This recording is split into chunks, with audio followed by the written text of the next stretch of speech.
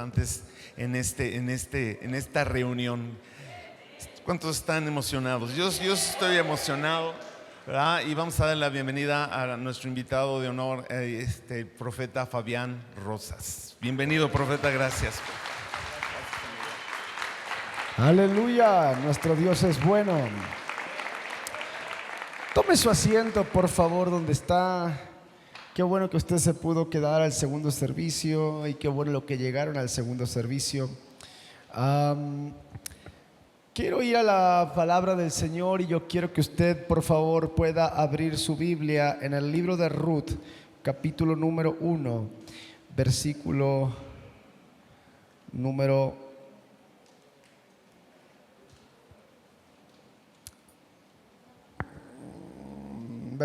6 en adelante. Va a decir así la escritura: entonces se levantó con sus nueras y regresó a los campos de Moab, porque oyó en el campo de Moab que Jehová había visitado a su pueblo para darles pan. Salió pues del lugar donde había estado y con ella sus dos nueras, y comenzaron a caminar para volverse a la tierra de Judá. Y Noemí dijo a sus dos nueras: andad, volveos cada una a la casa de su madre, y Jehová haga con vosotros misericordia, como la ha hecho con los muertos y conmigo. Les conceda Jehová que hallen descanso cada una en casa de su marido. Luego las besó, y ellas alzaron su voz y lloraron y le dijeron: ciertamente nosotras iremos contigo a tu pueblo. Y Noemí respondió: vuélvanse, hijas mías, ¿para qué han de ir conmigo? ¿Tengo yo más hijos en el vientre que puedan ser sus maridos? Vuélvanse, hijas mías, y váyanse, porque yo ya soy vieja para tener marido, y aunque dijese esperanza tengo, y esta noche estuviese con marido, y aún diese a luz hijos, ¿habrían ustedes de esperarlo hasta que fueran grandes? ¿Habrían de quedarse sin casar por amor a ellos? No, hija mía, qué mayor amargura tengo yo que ustedes, por la mano de Jehová ha salido contra mí. Y ellas alzaron otra vez su voz y lloraron, y Ofra besó a su suegra, mas Ruth se quedó con ella. Y Noemí dijo: he aquí tu cuñada se ha vuelto a su pueblo y a sus dioses, vuélvete tú tras ella también. Respondió Ruth: no me ruegues que te deje ni me aparte de ti, porque donde quiera que fueres iré yo, y donde quiera que vivieres viviré. Tu pueblo será mi pueblo y tu Dios será mi Dios. Donde tú murieres moriré yo, y ahí seré sepultada. Y así me haga Jehová, y aún me añada, que solo la muerte hará separación de entre nosotras dos. Señores, esta historia es una historia muy apasionante para mí. Bro, vas a tener que chambearle conmigo en el segundo también. Ahí que me acompañen que me traigan ambiente. Tócame algo así como de Ruth y Noemí. Pero fíjese, señor, algo que es interesante dentro de esta historia es que cada vez que nosotros leemos el libro de Ruth, es el único libro donde no hay ángeles, donde no hay promesas, donde no hay visiones, donde no hay sueños, donde Dios no interviene, donde Dios no habla. Es el único libro de la Biblia que no tiene una intervención directa del cielo en la tierra. Ahora, algo que es interesante dentro de este contexto histórico es que quiero hablarles hoy acerca de los hijos y acerca de los siervos. Estas dos palabras son muy diferentes, pero que tienen una conexión entre sí. Estas dos palabras representan dos tipos de culturas, dos tipos de lenguajes y dos tipos de forma de pensamiento de la iglesia moderna en la cual nosotros vivimos. A pesar de que la iglesia no todos son hijos, tampoco no todos son siervos. Y esto es muy interesante porque mucha gente no logra transicionar de ser un siervo a ser un hijo, y al contrario, mucha gente no logra transicionar, o mejor dicho, mal transiciona de ser un hijo a transformarse en un siervo de una forma errónea.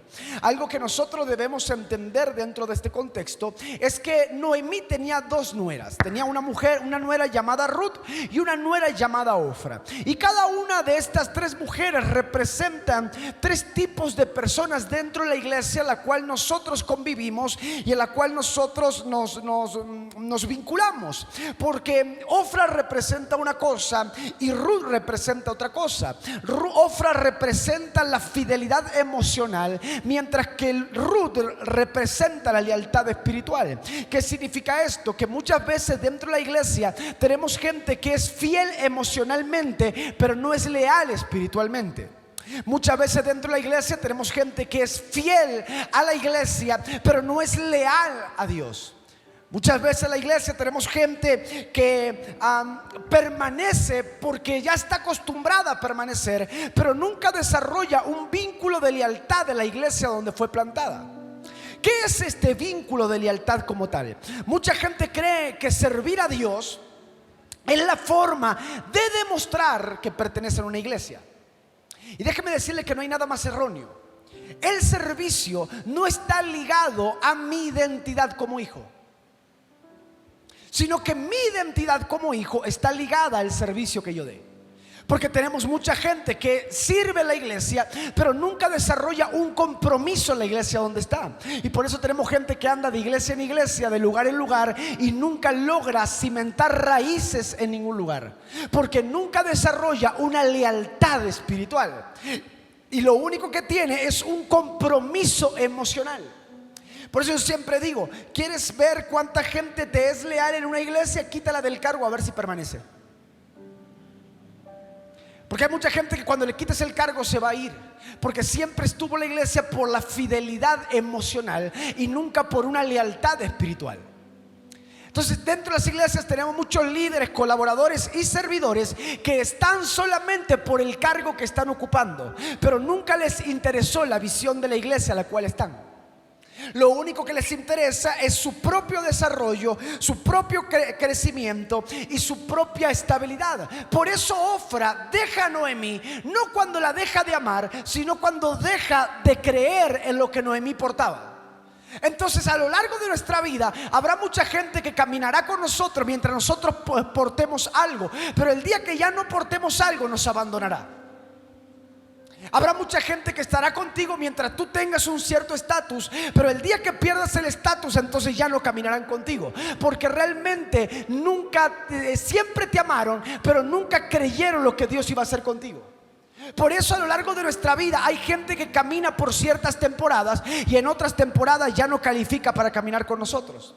Y no es que el diablo te las quitó, es que Dios te limpia para que entonces puedas producir algo mucho mayor. Pero el problema de esto es que nosotros nos aferramos como seres humanos a una lealtad emocional más que a una lealtad espiritual. ¿Quieres saber quién es leal contigo? El que es leal contigo no es el que dice que te ama. El que es leal contigo es el que camina bajo la visión que Dios te ha dado. Algo hablaba hace unos días con Rafa, creo que era que me traía en el carro, y hablábamos este principio.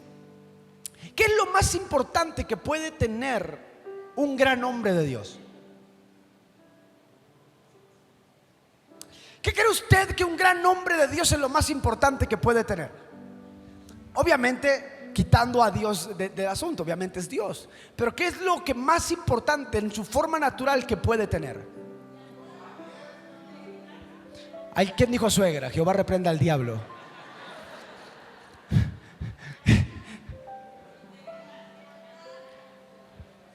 Lo mayor que puede tener un hombre en esta tierra es una esposa que crea en el llamado que su esposo tiene. Porque si no hay una esposa que crea en el llamado que su esposo carga, entonces nunca habrá cumplimiento de las promesas de Dios en esa familia. Por eso lo más importante que tú puedes tener en esta vida es una esposa que crea en el llamado que Dios te ha dado a ti por encima del que le ha dado a ella. Sé que puede sonar machista este punto de vista, pero déjame profundizarte en esto. Cuando Dios llama a un matrimonio, tristemente uno de los dos tiene que morir a su sueño personal para que el otro crezca en su llamado ministerial. Y esta parte es muy dura, porque solamente una mujer que conoce el corazón de Dios está dispuesta a morir a sus sueños personales para ver el llamado de su esposo crecer. Dígale que está a su lado, vieja, Jehová te está hablando. Ahora les voy a contar un chisme de cuando yo me casé. Tengo un papel escrito cuando yo me casé con mi esposita en el registro civil. Antes de firmar el acuerdo de matrimonio, escribí un papel a mano bajo el siguiente requisito. Le dije a mi esposa, vas a firmar esto si estás de acuerdo, si no, no nos casamos. Hasta ahorita tienes tiempo. Ese papel dice lo siguiente: yo estaré contigo todos los días de mi vida, siempre y cuando tú no seas un estorbo para el llamado que Dios tiene conmigo. Está duro, ¿verdad? Mi esposa dice, ¿por qué me haces firmar esto? Le digo, porque el día que tú seas un estorbo en el llamado que Dios tiene conmigo, yo prefiero ser catalogado como un hombre divorciado y no como un hombre sin propósito. ¿Estás dispuesto a renunciar a lo que tienes con tal de crecer en lo que Dios te ha prometido? Cuando tal vez lo que tiene implica dejar cosas que amas, gente que amas, sueños que compartes juntos. Aquí vemos algo en Ofra y veo, usted no va a hacer eso porque ya se casó, ya no puede no se casó con contrato, con ese contrato, ya está amarrado. Pero esta Ofra representa la lealtad emocional, mientras que Ruth representa la lealtad espiritual. A pesar de que Ofra lloró, la besó, la abrazó, le dijo, suegra, contigo I love you hasta la muerte, y luego se terminó yendo, esta gente se termina yendo siempre. Por eso dentro de las iglesias tenemos gente que va y que viene, gente que va, hoy está, mañana no está, gente que hoy está a disposición y mañana no. Ahora, lo que llama mi atención de esto es que esta gente es utilizable mientras se pueda utilizar. Y qué duro que suena decir que hay gente que solamente sirve para muy poco. Pero déjame decirte que es una realidad que se vive en las iglesias. Tristemente en la iglesia no puedes contar con todos, solamente con la gente leal espiritualmente. Hay gente que congrega aquí, pero anda comiendo pan de otros lugares. Y no estoy influyendo la ciencia, es solamente una estadística que dice. Les voy a contar algo. Yo no escucho predicadores. Fabián, ¿a quién escucha como predicador? A ninguno. No porque creen que son mucho menos, ni mucho menos por eso. Solamente cuando voy a algún evento escucho a algún predicador. Pero yo el único predicador que escucho es mi pastor. Y usted dirá, ¿por qué su pastor? Porque es el único que me va a edificar en la visión de la iglesia donde estoy. Es el único que me va a llevar al cumplimiento de la promesa que Dios tiene conmigo. Y ahí hay gente escuchando a los predicadores del Facebook, de TikTok, y todavía le mandan ofrenda a esto y a su pastor ni un café le invita. Habla Jehová. Pero nosotros pretendemos tomar de lo que hay en la casa cuando nosotros no hemos colaborado en nada de lo que hay. Entienda algo, el pan que hay en la casa no es para cualquiera, es únicamente para los hijos. Y hay una diferencia entre ser siervo y ser hijo. Pero déjeme decirle que cuando el beso de Ofra representa un gracias por todo, mientras que el silencio de Ruth representa hasta la eternidad. Ofra es alma, Ruth es espíritu. Y la palabra clave que Ruth utiliza para decir yo iré contigo, tu Dios será mi Dios, tu tierra será mi tierra, usa la palabra kabak, que significa unirse perpetuamente. Y es la misma palabra que Dios utiliza en el libro de Génesis capítulo 2 verso 18, verso 24, para referir que Dios unió al hombre y lo hizo uno mismo con la mujer. Lo que hace Ruth es fusionarse con el llamado que hay en Noemí. Ahora, algo que nosotros no entendemos muchas veces, y es que no es lo mismo ser siervo que ser hijo. Yo pregunto, ¿cuántos siervos de Dios hay? Jehová reprenda al diablo.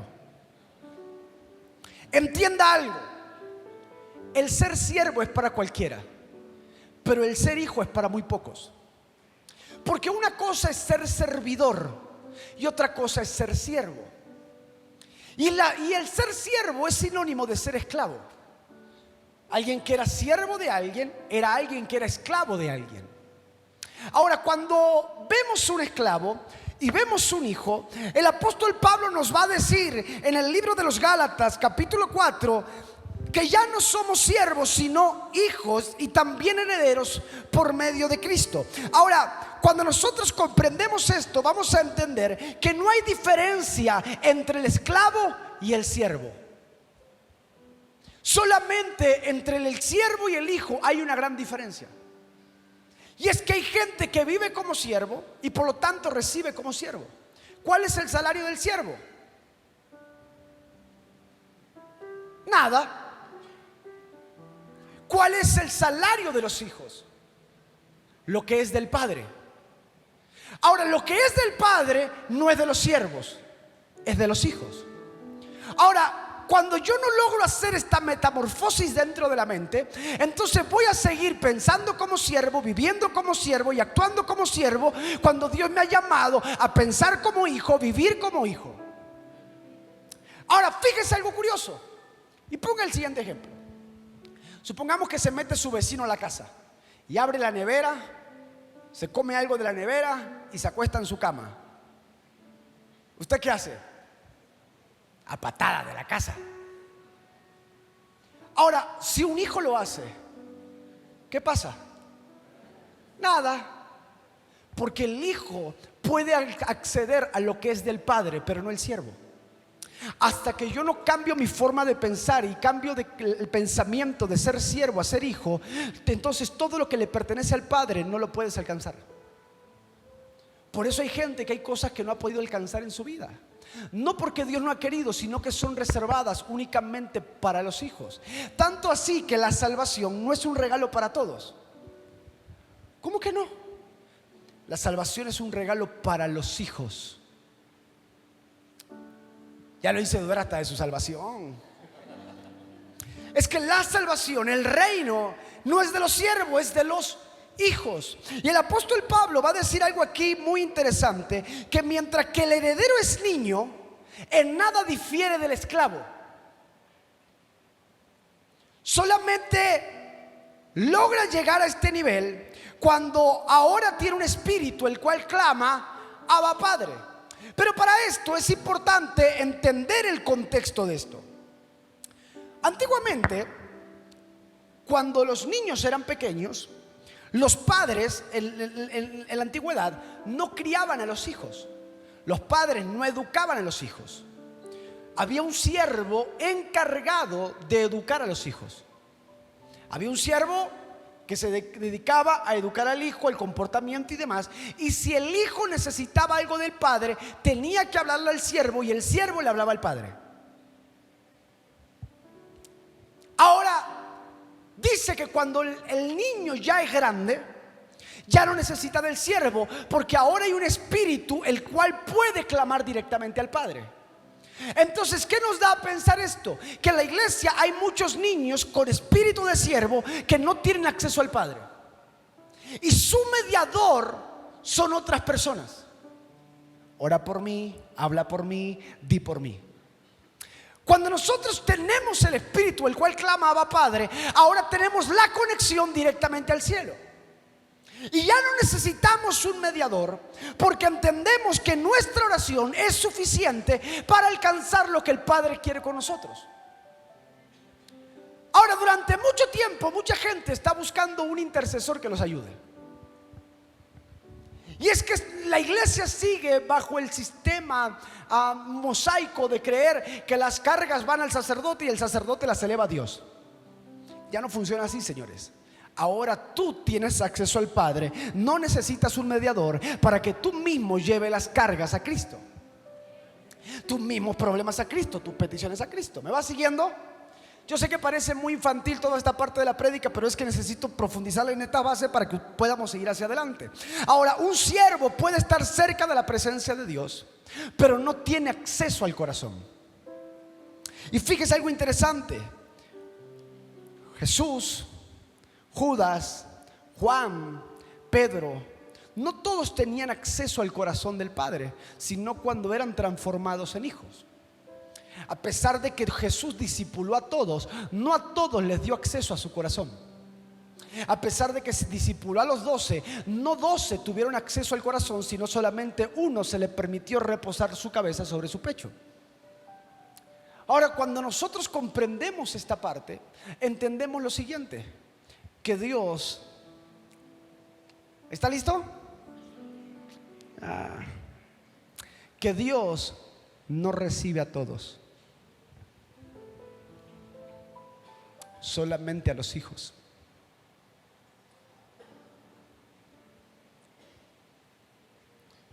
Y me gusta ver su cara de preocupación, porque ¿y ahora cómo le hago? Usted tiene que entender que Dios no recibe a todos, Dios recibe a los hijos. Porque el padre no va a perder tiempo en los siervos cuando tiene muchos hijos que atender.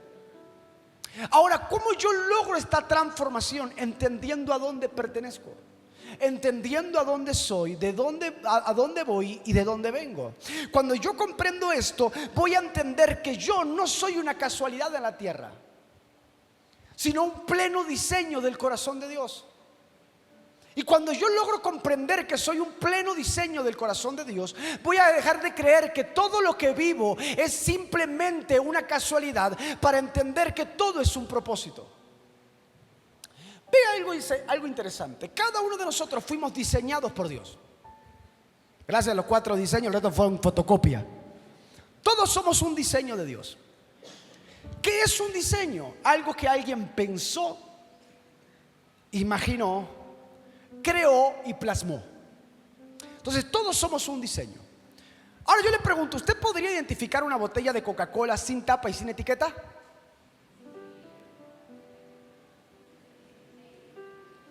A ver los viciosos que me hagan así. Claro que sí, puedes identificarla sin tapa, sin etiqueta, sin nada. Puedes decir, esa es de Coca-Cola y esa es de Pepsi. ¿Por qué? Porque alguien la creó pensando de que la gente la identificara con solamente verla. Eso se llama diseño. Ahora, fíjese algo interesante. Necesito que me ayuden 3 hombres y una mujer, rapidito, como para ayer. Va, justo las edades. Mira, tú ponte aquí. Tú ponte aquí. Tú. Aquí. Necesito una mujer ahí, por favor. Cualquier mujer. Ok. Todos y cada uno de ustedes saben cómo se forman los bebés. No tengo que explicarlo, hay niños. Ok. Hay 1.000 millones de espermatozoides capaces de fecundar un solo óvulo. 1.000 millones de posibilidades de que un bebé nazca. Ahora, fíjese algo interesante, que el ser humano es un ser tripartito, dividido en 3 partes: un cuerpo, un alma y un espíritu. Cuando nosotros morimos, el espíritu vuelve a Dios, porque es el espíritu de la vida que le pertenece a Dios. Todos tienen el espíritu de Dios o de la vida de Dios, el cual cuando muere tiene que volver al Padre. El alma es tu esencia, cielo o infierno. Y el cuerpo se queda a la tierra, se lo comen los gusanos. Y algunos gusanos salen a vomitar. No, no es cierto. Pero se lo comen los gusanos. ¿Ok? Lo mismo acontece en la creación: un espíritu, un alma y un cuerpo. Ahora, antiguamente se creía que el espermatozoide más rápido es el que fecundaba el óvulo. En el año 2021, la Organización Mundial de la Salud desmintió esta teoría. Tras varios análisis clínicos y demás, se llegó a la conclusión de que no es el espermatozoide más rápido ni el más fuerte, sino el más menso. Dígale que está a tu lado, ahora Dios te está hablando a ti. ¿Por qué? Porque el espermatozoide más fuerte y los más rápidos lo que hacen es romper la membrana ovular. Estos rompen hasta que la membrana se quiebra. Estos espermatozoides van muriendo. Y uno que venía atrás perdido diciendo ¿dónde estoy? Se metió. Y ahí se forma la vida. Entonces no eras el más rápido, no eras el más fuerte, eras el que menos calificabas. Pero a esto sucede, ¿por qué? Para que se cumpliera lo que está escrito, que de lo vil y menospreciado, de lo que no calificaba, Dios nos ha escogido a nosotros. ¿Qué significa esto? Que de lo que nadie tenía esperanza, Dios ya había posado sus ojos. Ahora, vea algo interesante dentro de lo que es diseño. En Dios no hay presente, no hay pasado, ni hay futuro. Dios no habita en un tiempo cronos, Dios habita en un tiempo kairos, una eternidad. El ser humano está limitado a 3 leyes universales de la vida, las cuales son inviolables: la ley del tiempo, la ley de la materia y la ley del espacio. ¿Qué significa esto? Que todo ocurre dentro de un tiempo, 24 horas, etcétera, etcétera. Todo está compuesto de una materia, todo es materia, y todo ocupa un espacio físico. Algunos un poquito menos, otros un poco más, pero todo ocupa un espacio físico en la tierra. Ahora, cuando nosotros entendemos esto y entendemos que Dios habita dentro de un kairos, es el Dios que no está limitado ni al tiempo, ni a la materia, ni al espacio. Ahora, ¿cómo Dios nos diseña? Nosotros pensamos que Dios nos diseña antes de enviarnos a la vida, y esto es un error. Porque Dios no nos diseña antes de enviarnos a la vida, sino que Dios nos diseña cuando ya morimos. ¿Ah, cómo? Ah, caray, ¿cómo es esto? Ve algo interesante. Dios llega a tu último segundo de vida, a tu última respiración. Es un ejemplo, no es hoy. Llega el último momento de suspiro de tu vida, cuando ya estás casi muerto, cuando ya estás ascendiendo. Y desde aquí comienza a caminar contigo hacia atrás, de tu vejez a tu adultez, de tu adultez hasta juventud, de la juventud a tu niñez, cuando eras un bebé en los brazos de tu madre, en el vientre de tu madre. Y antes de que el espermatozoide entre, Dios ya sabe todo lo que atravesaste en tu vida. ¿Por qué? Porque Él ya caminó contigo antes de que tú supieras que ibas a vivir. Por eso Dios sabe cada etapa de tu vida. Por eso Dios sabe lo que va a pasar mañana. No solamente por la omnipotencia y omnipresencia de Él, sino porque Él ya caminó contigo antes de que tú caminaras.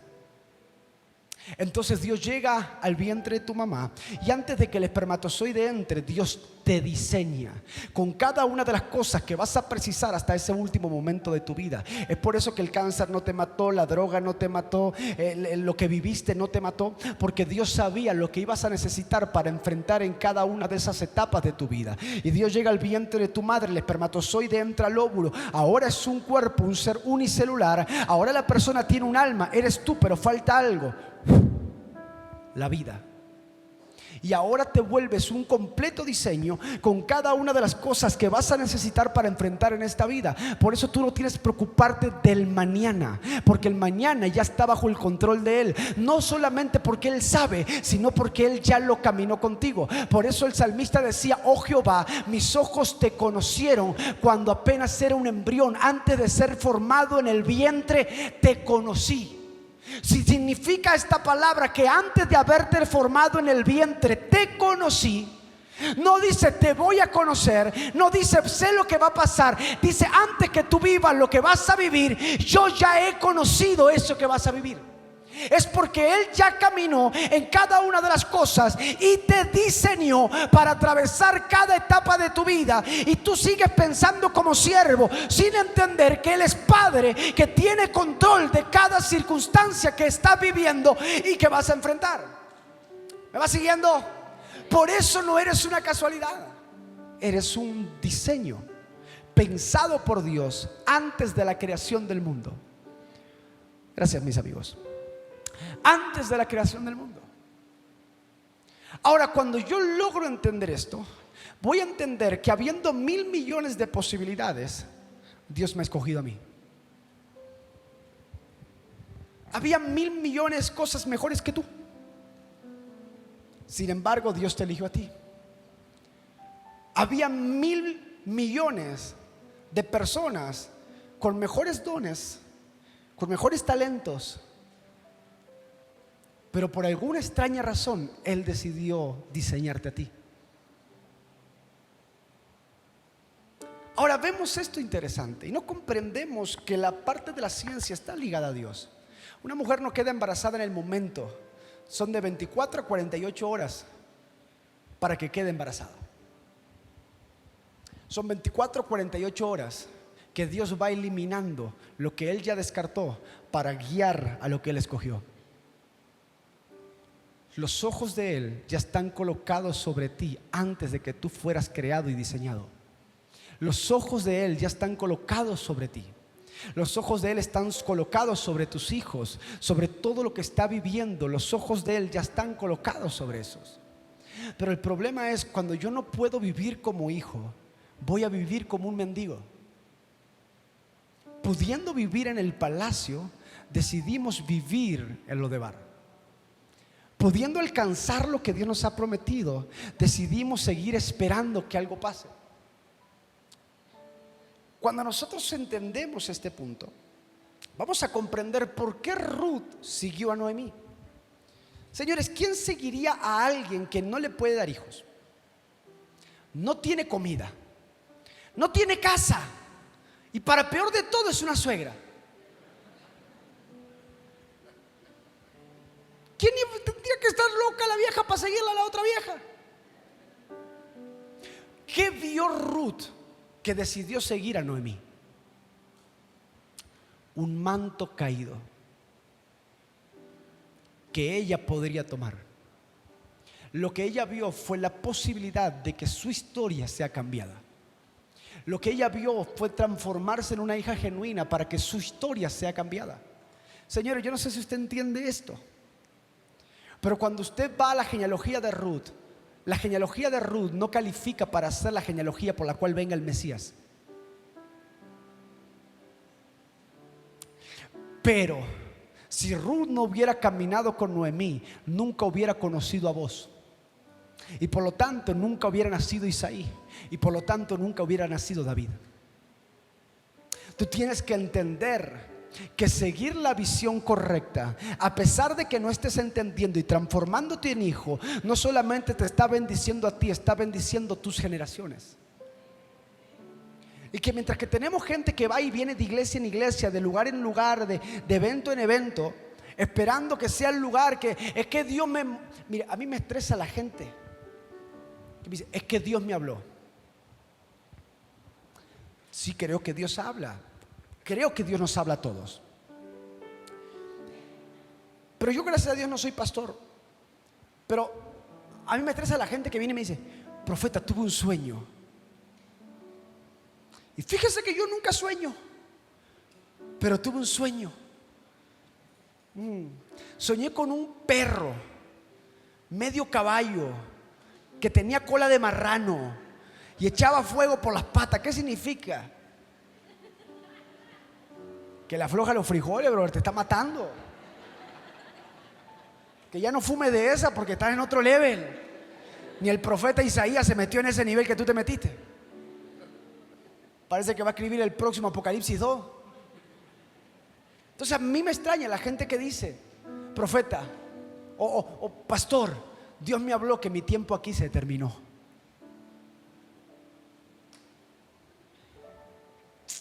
¿Les suena esa historia conocida? ¿Cuántos de ustedes la han inventado? Es que mi tiempo aquí se terminó. Yo les digo algo. ¿Por qué Dios, pudiéndole hablar a la cabeza, primero le va a hablar a la cola? Dios primero habla a la cabeza, nunca a la cola. Si tu tiempo aquí se terminó, es tu pastor que va a decir, brother, tu tiempo aquí se terminó. Dios me dijo que... Yo sé que el pastor Avario le quisiera decir, tu tiempo aquí se terminó, pero cuando Dios te habla, es que es el momento. Dios no te va a hablar a ti primero, le va a hablar a tu pastor primero. Y es que no entendemos este principio de autoridad. Mire, una vez fui a una iglesia, todavía no me habían dado a predicar. Yo estaba parado aquí y al lado mío una joven se comenzó a endemoniar.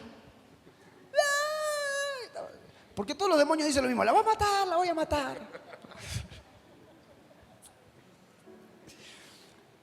Y yo como si nada, así. Y el pastor me dice, oye, ¿por qué no le oraste?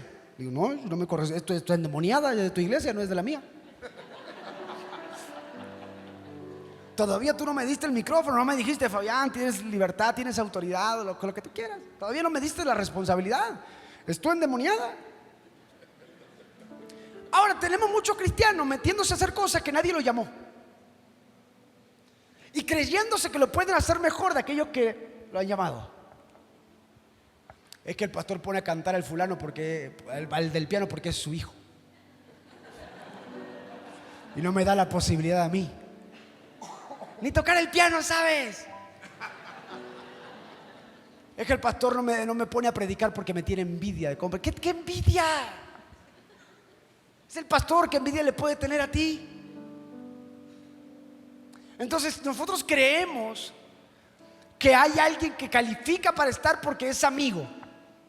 No, señores, es porque ha pagado el precio llamado lealtad que tú no has pagado.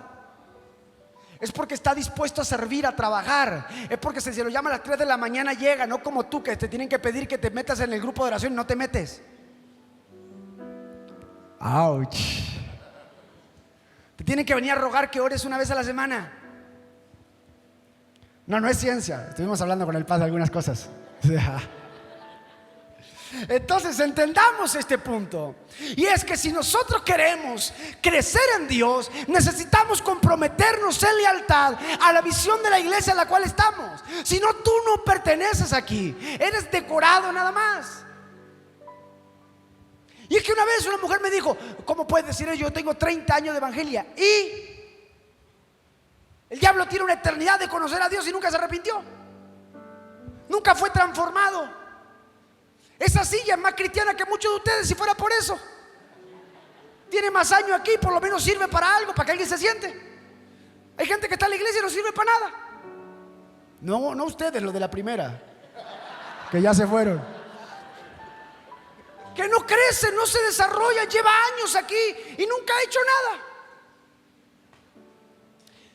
No sé si me está siguiendo lo que trato de decirle. Es que cambies de ser un siervo a ser un hijo y te comprometas en la iglesia donde estás. Porque mientras tanto no vas a poder disfrutar de las bendiciones de los hijos, porque es reservada para los hijos, no es reservada para los siervos. Para los siervos son las migajas, para los hijos es el pan. Ahora Ruth decidió seguir a esta mujer a pesar de que no tenía nada que ofrecerle, porque vio algo que podía llevarla al cumplimiento de lo que Dios le estaba prometiendo. Y este es el problema, que mucha gente no avanza porque no ve. Los cristianos de hoy en día necesitan ver para creer. Gracias, solo yo. ¿Tú no necesitas ver para creer? Yo sí. Yo, todos dicen, un ejemplo de la Biblia, ¿qué personaje sería? No, Pedro, Juan. Yo sería Tomás. Hasta que yo no meta mi mano en su costado y haga así a ver si hay algo, entonces yo no creo. Yo soy de los que tristemente necesita ver para creer. Y después dice: ¿cómo puede ser que un profeta sea tan incrédulo? Yo necesito señales evidentes. A mí cuando me dicen: no, es que allá afuera una vaca resucitó. A ver la vaca. Yo necesito ver la vaca. No sé si a ustedes le pasa lo mismo. Y no es que no tenga fe en Dios, creo que Dios puede hacer muchas cosas y he visto a Dios obrar en muchos milagros, pero yo tengo que verlo para creerlo. No haga caso a esto, no tiene que funcionar así. Primero es creer para después ver. Yo le estoy contando mi ejemplo. Ahora, yo he aprendido en este tiempo que el servicio que yo doy, tal vez yo no vea la recompensa, pero mis generaciones cosecharán de lo que yo serví un día. Y aquí les voy a contar algo entre nos, porque me cayeron bien ustedes. El año 2023 yo quise dejar el ministerio. Y dije: Señor, estoy bien cansado. Yo voy a muchos años viajando, predicando. Y estaba muy triste, la verdad estaba bien agüitado. Porque dije: me he perdido cumpleaños de mis hijos, aniversarios. En mi cumpleaños no he estado nunca. Una vez me perdí Navidad. Me he perdido todo por predicar tu palabra. Me he perdido. ¿Cuál ha sido el fin? Porque vuelvo a una iglesia después de un tiempo y están los mismos pasguatos sin hacer nada en la iglesia. No sé si usted me entiende lo que trato de decirle. Y me comencé a sentir así como que: ¿cuál es el fin de predicarle a la gente y que la gente no sea transformada? Yo me preguntaba, si ese es mi sentir, ¿cómo será el sentir de un pastor? Que está todo el año ayudando a la gente, enseñándola, discipulándola, y luego se va. El problema no es que se vaya, el problema es que sale hablando mal. O gente que nunca se compromete. Yo me sentí tan mal esa noche que me fui al hotel, terminé de predicar, me fui al hotel. Estaba en un evento donde estaban muchos amigos pastores. Y me acuerdo de estar en el hotel y contarle esto a Dios, de cómo me estaba sintiendo. Y decirle, ¿cuál es el fin de todo esto? ¿Cuál es el fin de predicar? ¿Cuál es el fin de servir? ¿Cuál es el fin de hacer? Porque parece que la gente es bien ingrata. O estar desviviéndose, ¿para qué? Dios no me habló nada, para variar. Pero al otro día, en la mañana, me tocaba compartir la mañana. Había una atmósfera muy linda de adoración. Entonces, antes de subo a la plataforma, veo a todos los hijos de mis amigos pastores tirados en el altar, llorando, quebrantados. Niños de entre unos 4 o 5 años, como hasta unos 18 años, el mayor que tiene, si mal no recuerdo. Y yo verlos ahí, viene la voz del Espíritu, y por la 4ª vez en mi vida lloré. Yo lloré 4 veces nada más en mi vida. Y no se lo digo como algo bueno, no lloro, no tengo muchos sentimientos. Lloré cuando nació mi primer hijo. Lloré cuando nació mi hija. Lloré cuando recibí el Espíritu Santo. Y esa vez, y digamos que cuando me casé. 5. Me acuerdo de caer rendido en el altar, porque el Espíritu Santo me dijo, esa es la recompensa. La recompensa por servirme es ver a tus hijos rendidos en el altar. La recompensa que tú tienes y que la gente tiene por servirme a mí no es una casa, no es un carro, no es dinero, no es una empresa, es ver sus hijos rendidos en el altar.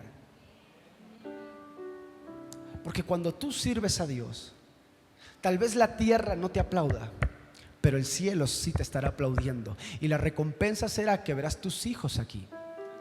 Pero el problema es cuando no vemos nada. Qué difícil es cuando no vemos nada.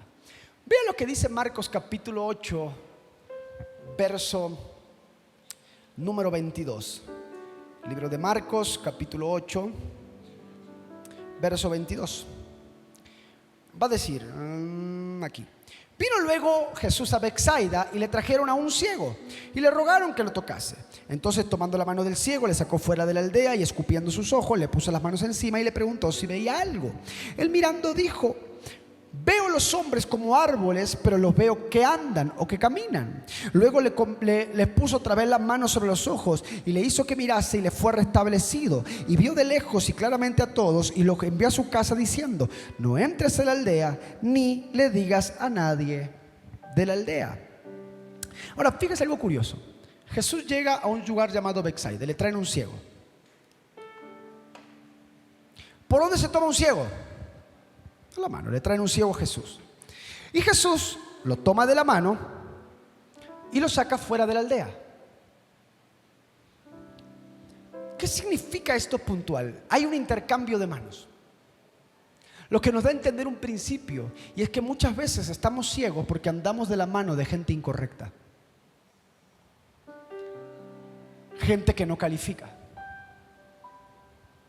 Andamos de la mano de gente que nunca ha edificado nada, nunca ha conquistado nada, su casa es un desastre. Pero en fin, no vamos a pegarle a esa gente. Ahora, ¿por qué lo saca fuera de la aldea? Porque el tipo era ciego en Betsaida, no fuera de Betsaida. ¿Jesús podría haber hecho el milagro en Betsaida? Pero ¿por qué decide sacarlo de Betsaida? Porque en ese lugar era conocido por ser ciego. Es que hay veces que Dios necesita moverte de ciertos lugares donde estás, porque en esos lugares tienes una condición, pero fuera de esos lugares no tienes una condición. Hay esferas sociales, casas de amigos, negocios, empresas que Dios necesita sacarte de ahí, porque en ese lugar eres catalogado de una forma. Entonces, en vez de cuando Dios te mueva de un lugar, quejarte, darle gracias. Una vez me llama un brother y me dice: Fabián, ora por mí. Y yo: no. Le digo: ¿qué te pasó? Es que me echaron de mi trabajo. Y yo, ¿y? No, me echaron de mi trabajo. ¿Y cuál es el problema? Brother, con eso yo alimento a mi familia. Le digo, a ver, escúchame. ¿Tú crees en la voluntad perfecta de Dios? Él dijo lo mismo, dijo que sí. Digo, ¿tú no crees que si estuviera dentro de los planes de Dios, que tú siguieras ahí, hubieran echado hasta el mismo dueño, pero tú hubieras permanecido? Me dice, pues sí. Entonces, entiende esto. Dios a veces necesita sacarte de ciertos lugares para llevarte a cumplir sueños y promesas que Él te ha prometido. ¿Por qué mejor no usa la indemnización para abrir un negocio propio? ¿Por qué mejor no usas los recursos que tienes hoy para hacer algo? Fabián, es que no tengo nada. Lo que tengas en tu casa. A la viuda de Sarepta de Sidón le bastó un poquito de harina y un poquito de aceite para hacer una grande panadería en Sarepta de Sidón. La Biblia nos dice que abrió una panadería, pero yo me imagino que la viuda tenía mente de mexicana y hizo una panadería. Ahora, fíjense algo interesante, que Jesús lo saca fuera de la aldea. Vámonos, vente ciego. Lo puso ahí.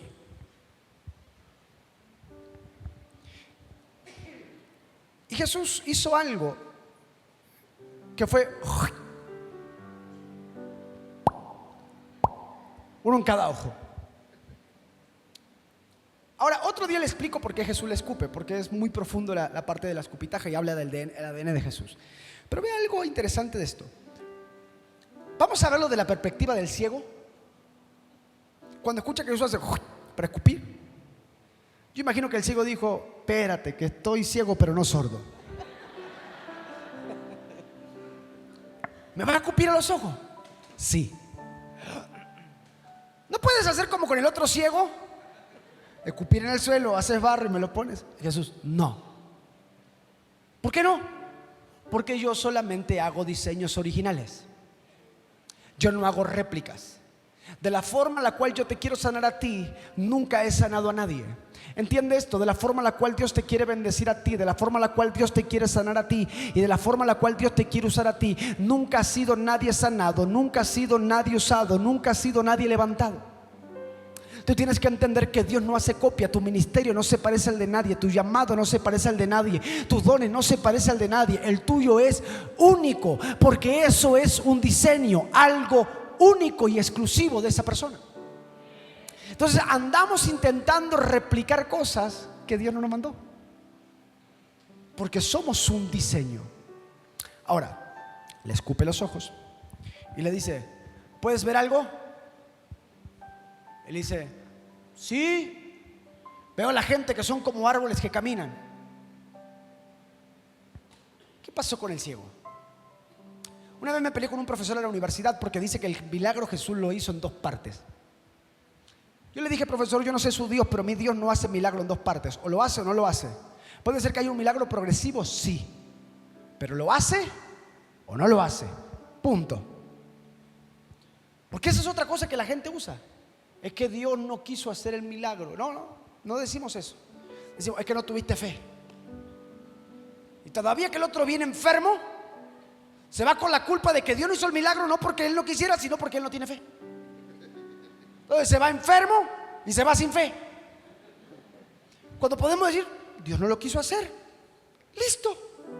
¿Por qué? Porque Él es Dios y Él hace lo que Él quiere. Pero ahora, ¿qué pasó con el ciego? Porque sabía que Jesús le tiene que volver a orar para darle una vista. Es que el ciego en el primer intento entró en una dimensión en la cual nunca había estado. Y como nunca había estado, nunca la entendió. Porque él dijo, veo los hombres que son como árboles que caminan. ¿Qué dice el Salmo 1? Bienaventurado el varón que no anduvo en consejo de malo, ni en silla de escarnecedores ha sentado, sino que la ley de Jehová está su deleite. Pues este hombre será plantado como árbol, junto a corrientes de agua, el cual su hoja no cae y da su fruto a su tiempo. El tipo entró en otra dimensión espiritual, la cual nunca antes había caminado. Pero como no estaba preparado para esa dimensión, Dios le tuvo que dar una vista natural. Lo que nos da a entender un principio, y es que este hombre no había sido ciego toda su vida. Algo lo dejó ciego. ¿Por qué? Porque el tipo sabía lo que eran hombres y lo que eran árboles. algo lo dejó ciego. ¿Qué significa eso? Que andar con la gente incorrecta te deja ciego. Que escuchar predicadores incorrectos te deja ciego. No, pastor, yo no diezmo porque el diezmo del Antiguo Testamento.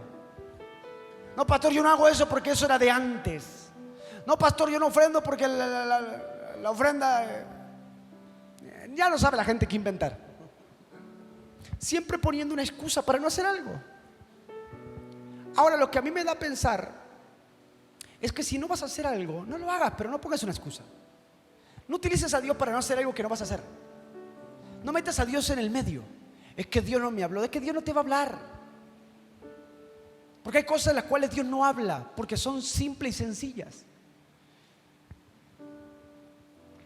Y que hay gente que dice, es que con mi ofrenda y con mi diezmo el pastor cambió de carro. ¿Qué ofrenda si das 5 pesos ni para comprar gasolina? Entonces, entienda este punto, lo que trato de decirle, que el reino se construye a través de la fe y la promesa de Dios, no a través de lo que nosotros contribuimos. Uy, se te cayó un ídolo. Entiende algo, lo que nosotros aportamos para el reino. Yo no sé por qué estoy hablando de esto, pero creo que es inspirado por el Espíritu. Lo que nosotros aportamos para el reino es para la edificación del reino. Si tú lo das o no lo das, es problema tuyo, no de la iglesia.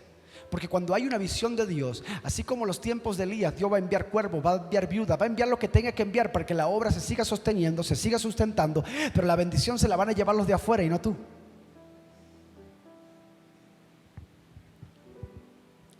Cada vez que se habla de ofrenda, la gente se queda como muy seria. Y a mí me preocupa esa parte, porque no hemos entendido esta parte de la revelación del cielo, que el reino se edifica a través de la siembra. Dice que le dice, vuélvete a tu casa, pero no te vuelvas por el mismo camino que fuiste. Y lo envió bajo esta instrucción. Gracias. Y míralo, se volvió por el mismo camino nomás. Por eso se quedó ciego otra vez el otro brother. Ahora, no sé por qué voy a hablar de este punto, no está en mis notas, pero lo percibo del Espíritu hablarlo.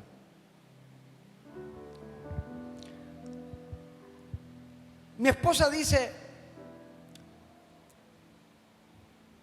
hay 2 cosas que catalogan a Fabián, y no lo digo yo porque no está mi esposa, pero lo digo yo.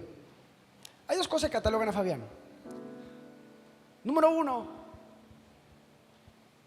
es que él hace lo que Dios le dice que haga. Trato de vivir con ese principio en mi vida, hacer lo que Dios me dice que haga. Si Dios no me dice, yo no hago. Si Dios no me habla, yo no hago. Así se me esté muriendo el de al lado. Si Dios me dice órale, yo no le oro. Problema de él. He aprendido ese principio en mi vida. Solo hago lo que Dios me pide que haga. No hago lo que Dios no me pide que haga. Ahora, es muy importante esta parte. Entender la voz de Dios va más allá que oír la voz de Dios. Porque mucha gente oye la voz de Dios pero no la entiende. Mucha gente conoce la voz de Dios pero no la entiende. Entonces, ¿quieres saber cómo es la voz de Dios? Gracias por su entusiasmo y su emoción para escuchar la voz de Dios. ¿Quieres aprender a oír la voz de Dios? Te voy a dar un claro ejemplo y nunca más vas a dudar la voz de Dios en tu vida. La voz de Dios es la primera voz que habla. Punto. La segunda voz es del diablo, de tu carne. Y te voy a poner un ejemplo bien gráfico para que entiendas cuándo Dios te habla. Da el momento de la ofrenda y viene la voz de Dios y te dice, ofrenda el de 500. Y la segunda voz te dice, mejor colocan el de 20, que también es azul, ¿se le parece? ¿Entiendes más o menos cuál es la voz de Dios? Ya. Así con cualquier área de tu vida. Siempre la voz de Dios es la primera que va a hablar en tu vida. La voz del diablo es la segunda. Obviamente cuando tienes a Cristo, si tienes al diablo adentro, te va a hablar el diablo primero. Pero la primera voz, cuando tienes a Dios, siempre es Dios. Porque es la primera voz conectada al cielo. Entonces mi esposa siempre dice eso. Fabián siempre obedece la voz de Dios. Y número 2 es, Fabián le fascina ministrar ofrendas. Yo soy fanático. No lo he ministrado todos días aquí por respeto a la iglesia, porque solamente estuve 2 veces y hace como 2 años. Pero yo soy fanático de que en todo momento tiene que haber una ofrenda. Siempre. Yo voy a casamientos y me invitan. Yo digo, préstame un micrófono, deme 5 minutos, vamos a levantar una ofrenda para los novios. Muchos me han invitado en su casamiento solamente porque administro la ofrenda. Un cumpleaños, vamos a administrar una ofrenda para el cumpleañero. Pero ya le traje regalo, no importa, hay que ofrendar. Todo momento es ideal para ofrendar. No me han invitado a un velorio, sino también levantaba una ofrenda para la viuda. Porque todo momento es extraordinario, porque lo único que abre el cielo en la tierra son las ofrendas. No hay otra cosa. Señores, no hay otra cosa que haga que Dios incline sus ojos, no su oído, no su corazón, sus ojos a la tierra.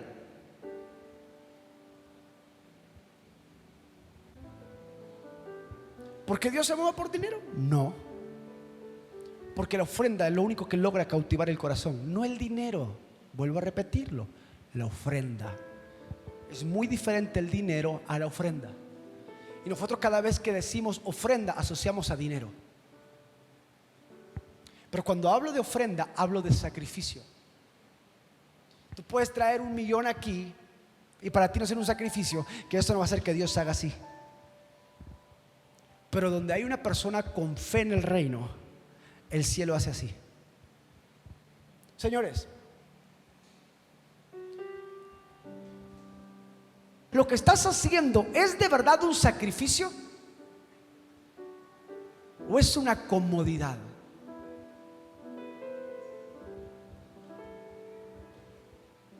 Lo que tú haces en Dios, en tu vida, ¿es un sacrificio o es una comodidad? ¿Te levantas a las 7 a orar? ¿Es un sacrificio? Bueno, para algunos que se levantan a las 11, sí. ¿Pero es un sacrificio o es una comodidad? O sacrificio sería que te levantaras a las 5, medio dormido, porque Dios también recibe esa oración media dormida. Yo la he hecho. Señor, gracias, bendice la pizza y el repartidor, y nada que ver, y está en Babilonia porque está medio dormido.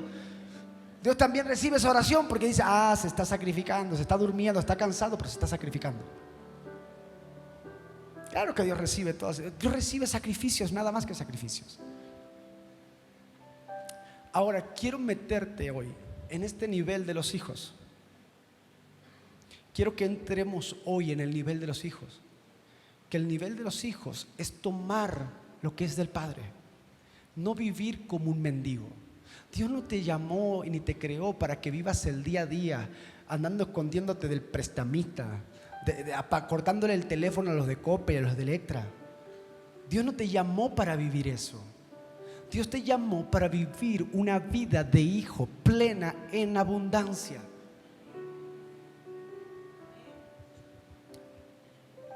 Gracias por su entusiasmo. Pero Dios te llamó para vivir en ese nivel. Es tu propia decisión seguir viviendo como mendigo. Es tu propia decisión seguir ahí.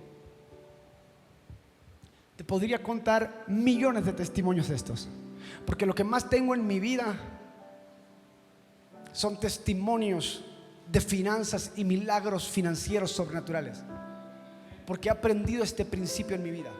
Lo que Dios me pide, eso doy. Nunca menos de lo que me pide. Y si no puedo, pido prestado. Señor, yo me he endeudado para ofrendar. Una vez Dios me dice, ofrenda $4,000 en una iglesia. Yo, ¿dónde saco $4,000 ni que venda el alma?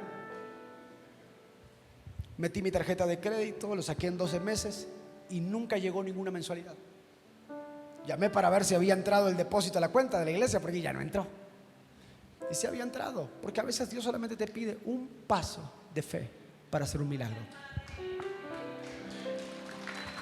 Eso tienes que entender, que los hijos están diseñados para caminar en un nivel mayor. Te termino de contar y ya termino. Me vengo a vivir a México, vengo con mi familia a México. Llegamos a México, rentamos una casa, demás. Llegamos prácticamente sin nada, porque todo lo que teníamos en Brasil lo ofrendé donde Dios me pidió que lo ofrendara. Ya esto hace 7 meses. Y mi esposa me dice, ¿qué vamos a hacer aquí? No, tranquila, Dios proveerá, Dios hace, Dios deshace. Sin carro, yendo a la iglesia en camión, volviendo en camión. Pero ahora yo solamente ando en Mercedes y Volvo. Porque el camión que pasa es Mercedes y el otro que pasa también es Volvo. En ese level me muevo, puro Mercedes y Volvo. Y a veces en algún sur, para bajar la humildad.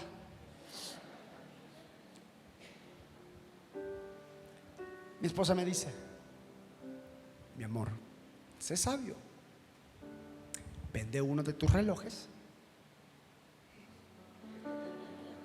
vende los tuyos, vende uno de tus relojes y compramos un carro. Yo le digo: no. Dice: ¿por qué no? Porque si Dios quisiera que tuviera un carro, me bendeciría con un carro. Porque el mismo que me dio un reloj me pudo haber dado un carro que cuesta lo mismo que cuesta el reloj. Pero si Él me quisiera dar un carro, en vez de darme un reloj, me daría un carro y no un reloj. Entonces he aprendido en este tiempo este principio, que hay cosas que queremos pero no necesitamos.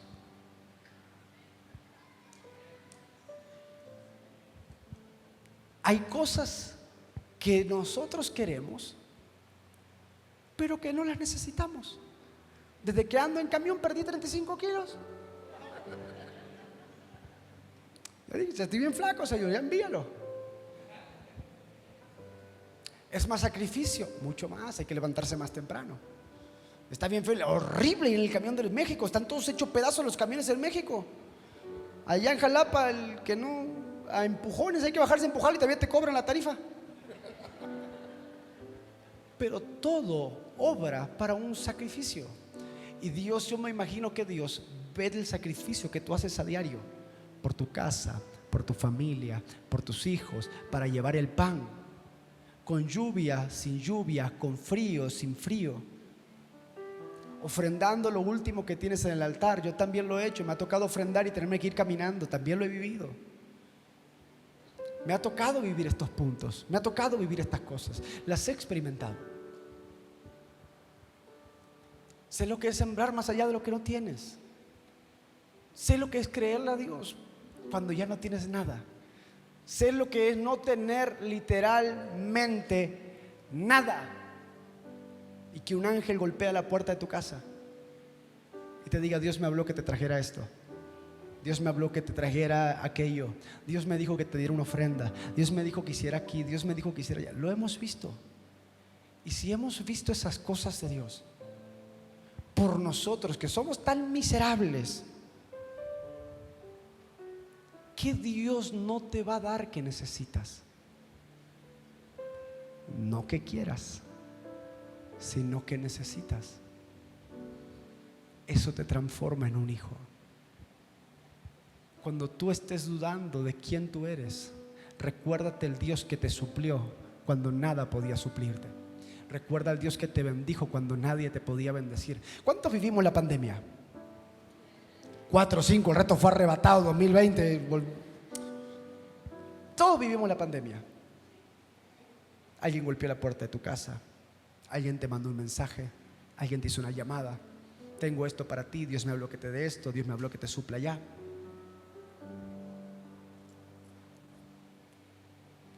Se dan cuenta que el Dios que tenemos es un Dios Padre de los hijos. Acompáñame el resto de músicos, ya termino. De veras que ya termino.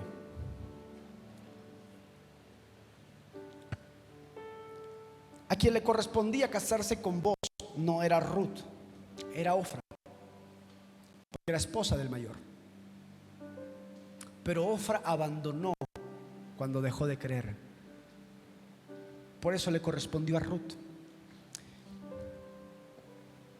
La historia judía, como el Talmud, que es el relato bíblico oral de los judíos, es decir, lo que ellos tienen en su relato oral, así como los mexicanos tienen parte de la historia de México oral y parte escrita, los judíos también tienen su parte oral y escrita. El Talmud es la parte oral del pensamiento judío. va a decir que Ofra no murió allí. La Biblia va a decir que ella se volvió a sus dioses y a sus padres. Y para entender esto, Ofra era proveniente de los moabitas. Que los moabitas nacen de la relación incestuosa entre Lot y una de sus hijas. Ahora, esta relación incestuosa provocó la tribu de Moab. Cuando vamos al recuento bíblico, la historia va a decir que cuando Ofra se vuelve a sus dioses, los que estaban en Moab en ese tiempo reinando eran los filisteos. Y que los filisteos se acuestan con ella y procrean con ella. Y de ella nace un hombre llamado Goliat. Mientras que de Ruth nace un hombre llamado, del linaje de Ruth nace un hombre llamado David. Del linaje de Ofra nace un hombre llamado Goliat. Por eso lo que ocurre años después no es cualquier cosa. Es una batalla por la primogenitura. Es una batalla entre el siervo y el hijo. Es una batalla que la misma que se termina dando la cruz entre el hijo y un siervo. Porque Satanás, a pesar de ser quien es, primero fue un servidor. Lo que nos da a entender que los hijos siempre prevalecen por sobre los siervos. Que los hijos son considerados por el padre, pero los siervos no. ¿Qué quieres ser en esta temporada? ¿Quieres dejar de ser siervo para ser verdaderamente un hijo? Ok, qué lindo que suena el amén. Pero esto no se construye con amén. Se construye con lealtad. Se construye con visión. Se construye pegándonos a nuestra iglesia, a nuestros pastores, a la casa donde estamos plantados, para que entonces podamos crecer. Porque todo el mundo dice amén, pero nadie se compromete a nada. Cuando un siervo espera órdenes, el hijo interpreta el corazón del padre. Un siervo dice: uy, qué calor que hace. Un hijo va a decir: pastor, ¿qué falta para comprar aire acondicionado? Yo compro un aire, no se preocupe. Yo compro un clima, usted no se preocupe. Eso hace un hijo. Se me fueron los hijos, ya volvieron los siervos.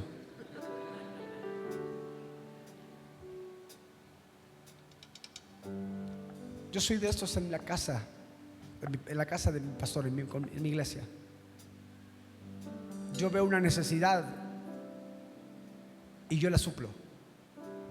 Veo cómo la voy a pagar en 80 meses igual, pero la suplo. Porque un hijo ve la necesidad y la suple. No anda preguntando, la va a suplir siempre. El siervo anda cuestionando y preguntando. El hijo anda dando lo que Dios ya le ha incomodado en su corazón. ¿Te puedes poner de pie donde estás?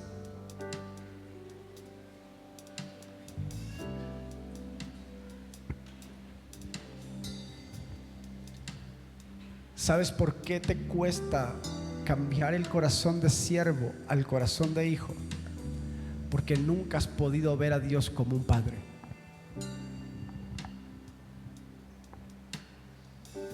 Tú dices que lo ves como padre,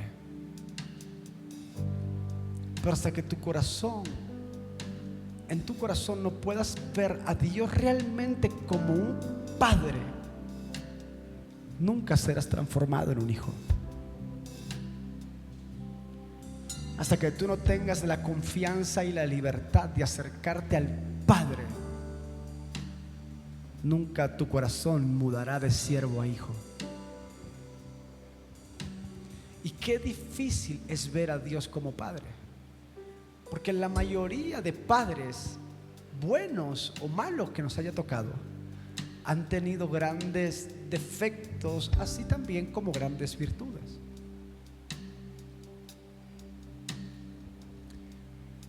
Pero hasta que no logras ver el corazón de Dios como un padre que te ama a pesar de todas las cosas buenas, malas, horribles que hayas hecho en tu vida,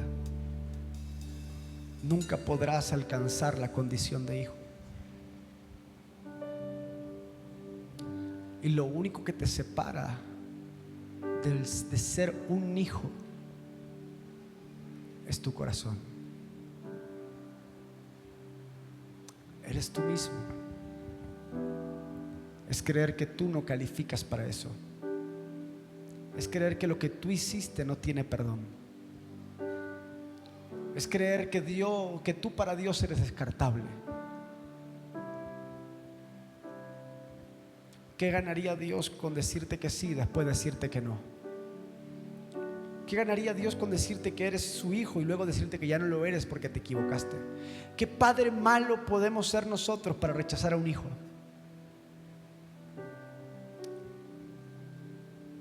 Nosotros nos solemos equivocar, pero el corazón del Padre es únicamente amor, gracia y misericordia. Mi amigo, cambia tu forma de pensar para que entonces tu forma de vivir también sea diferente. Yo quiero que todos cerremos nuestros ojos por respeto a las personas que nos rodean. Y quiero hacer un llamado específico. Si tú dices: Fabián, para ser sincero, a mí me ha costado ver a Dios como un padre. Por diferentes cosas que he pasado en mi vida, yo no he podido ver a Dios como un padre. No puedo. Lo he intentado y no puedo. Me duelen cosas que pasaron antes en mi vida.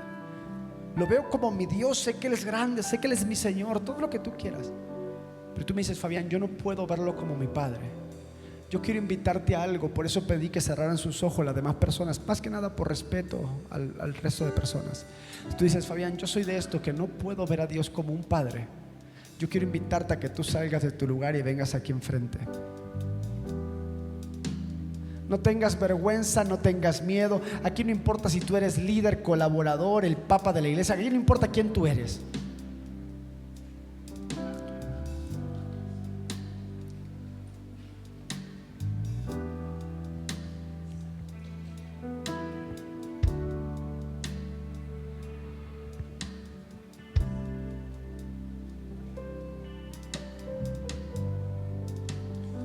Sé que es difícil ver a Dios como un padre, cuando tal vez en la vida no te ha tocado un buen ejemplo,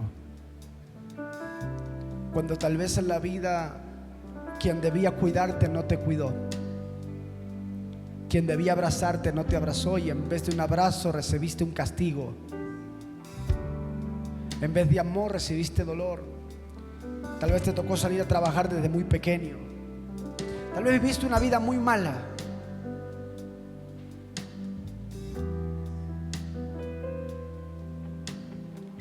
Y por eso cuesta ver a Dios como un padre.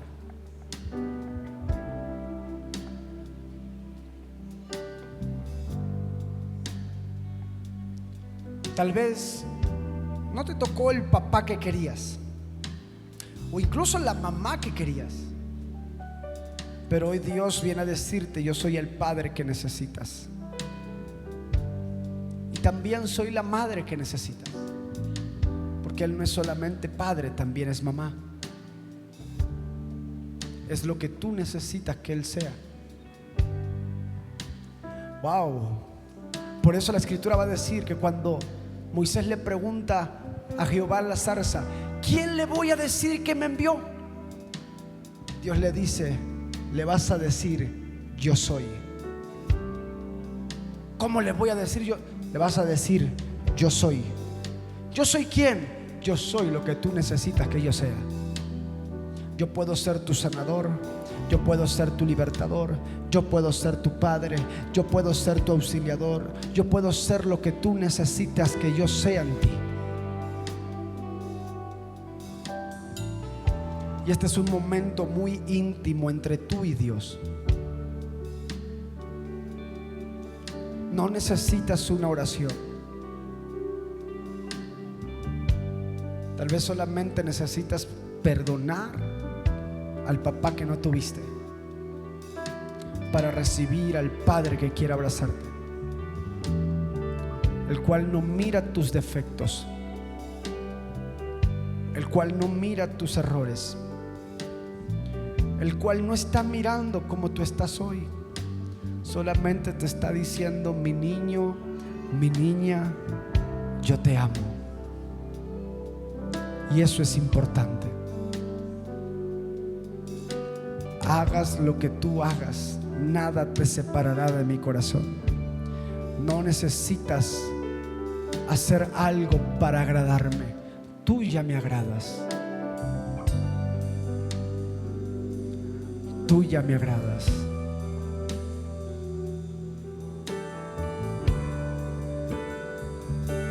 Yo solo sé, pues soy su hijo. Tú eres mi padre y mi padre me ama. Yo solo sé que yo soy su hijo. Tú eres mi padre y mi padre me ama. Yo solo sé que yo soy su hijo y tú eres mi padre y mi padre me ama. Yo solo sé que yo soy su hijo y tú eres mi padre y mi padre me ama. Quiero pedirte algo. Necesito que abraces a alguien que tú tengas cerca de ti, hombres con hombres, mujeres con mujeres, a no ser que sea tu familiar el que está a tu lado. Abrázalo. Abraza a alguien, hombres con hombres, mujeres con mujeres, a no ser que sean familia. Busca a alguien para abrazar. Si tú estás cerca ahí y no tienes nadie que te abrace, busca a alguien para abrazar.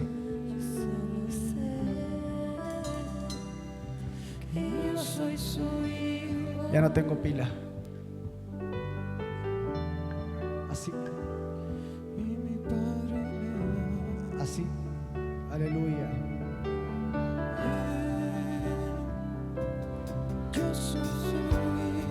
A veces un simple abrazo sana las heridas del corazón. Y Dios en este abrazo te está diciendo: estos brazos son mis brazos sobre ti. Estos brazos son mis brazos sobre ti. Diciendo que te amo, que tú eres importante para mí. ¿Cuántas veces me habías dicho que querías sentir que me abrazaba, que querías sentir que estabas cerca? Aquí estoy. Son mis brazos sobre ti. Yo solo sé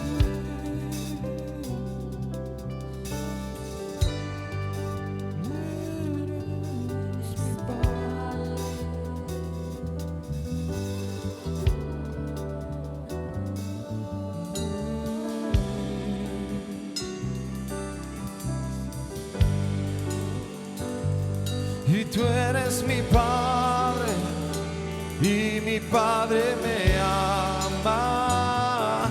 Yo solo sé que yo soy su hijo y eres mi padre y mi padre me ama.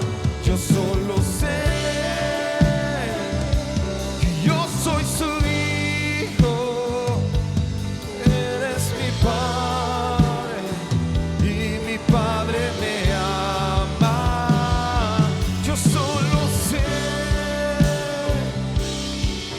Soy su hijo y tú eres mi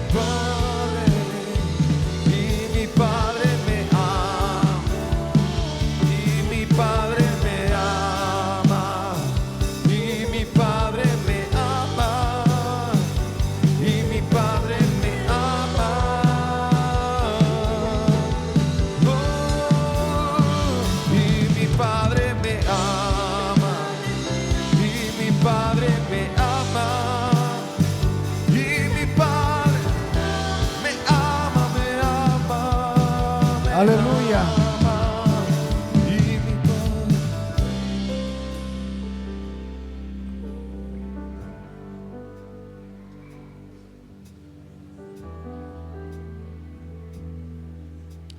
Pastores, dice el Padre,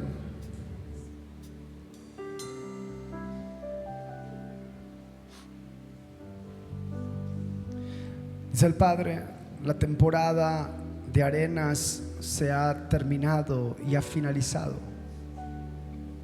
Y ha llegado la temporada de entrar en la tierra del descanso para sus pies. Dice el Padre, lo que se había estado preparando durante tantos años, ha llegado la temporada que se ha lanzado a la luz. Dice el Padre, no es que yo he terminado con ustedes, pero se está aproximando el día donde tendrán que delegar por completo para supervisar.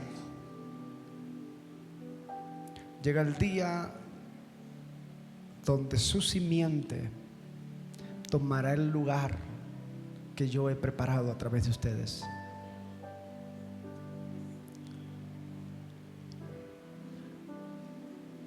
Para que, dice el Padre, para que entonces así puedan disfrutar de los años que me han entregado a mí y puedan alcanzar sueños y proyectos personales que tuvieron que dejar a causa de la obra. El Padre me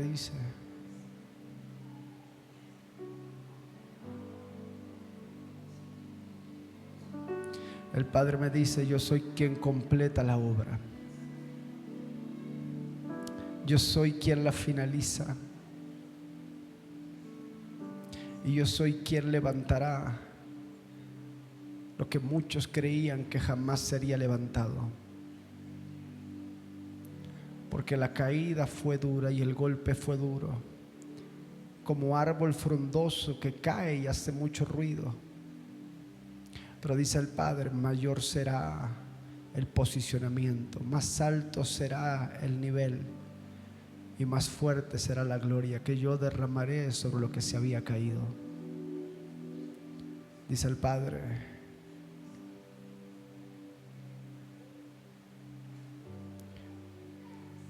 el próximo ciclo que entra la iglesia a la casa es el tiempo de los hijos pródigos. Dice el Padre, van a ver llegar muchos que se habían ido. Y así como dijeron un día, Señor, cuando vuelvan los volveremos a abrazar, los volveremos a amar y les volveremos a mostrar gracia y misericordia. Dice el Padre, abracen a los hijos pródigos que van a venir en esta nueva temporada. Gente que un día sirvió con ustedes pero luego se fue. Gente que trabajó pero luego se fue.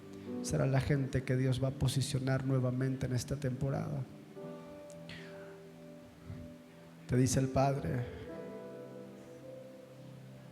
el próximo año es un año clave para tu vida, para tu ministerio y para tu llamado.